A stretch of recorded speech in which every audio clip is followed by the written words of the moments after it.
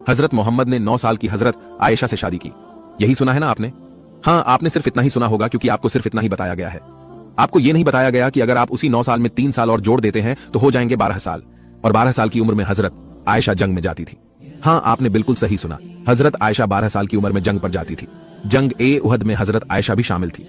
तो जो लोग हजरत आयशा को बच्चा बोलते थे उनको ये पता होना चाहिए कि अगर हजरत आयशा की शादी 9 साल की उम्र में हुई थी तो 12 साल की उम्र में वो जंग पर भी जाती थी।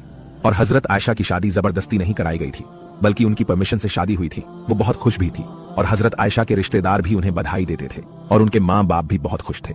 और एक बात कि हजरत मोहम्मद ने शादी के बाद हजरत आयशा को पूरा हक दिया था कि जब भी चाहे हमारे नबी को तलाक दे सकती है, लेकिन हजरत आयशा ने उन्हें कभी तलाक नहीं दिया, बल्कि उनके साथ उनकी आखिरी सांसों तक थी। और हजरत आयशा हमारे नबी से इतनी मोहब्बत करती थी कि उनके लिए खुद की भी जान कुर्बान कर सकती थी। कुछ लोग बोलते हैं कि फिर भी 9 साल ही क्यों?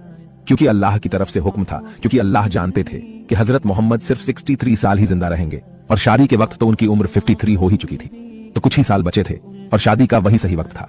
कुछ लोग बोलते हैं कि हजरत आयशा प्यूबर्टी हिट नहीं करी थी, तो वो सिर्फ एक हदीस ने, बल्कि हजरत आयशा ने कई हदीस में बताया कि शादी के बाद उनको हैज आता था। अब आप मुझे बताओ कि अगर एक लड़की जो प्यूबर्टी हिट कर चुकी है, उसकी शादी उसकी मर्जी से होती है, उसके माँ बाप और रिश्तेदार भी खुश होते हैं और शादी के बाद वो दोनों बिल्कुल खुश रहते हैं, तो क्या ये गलत है?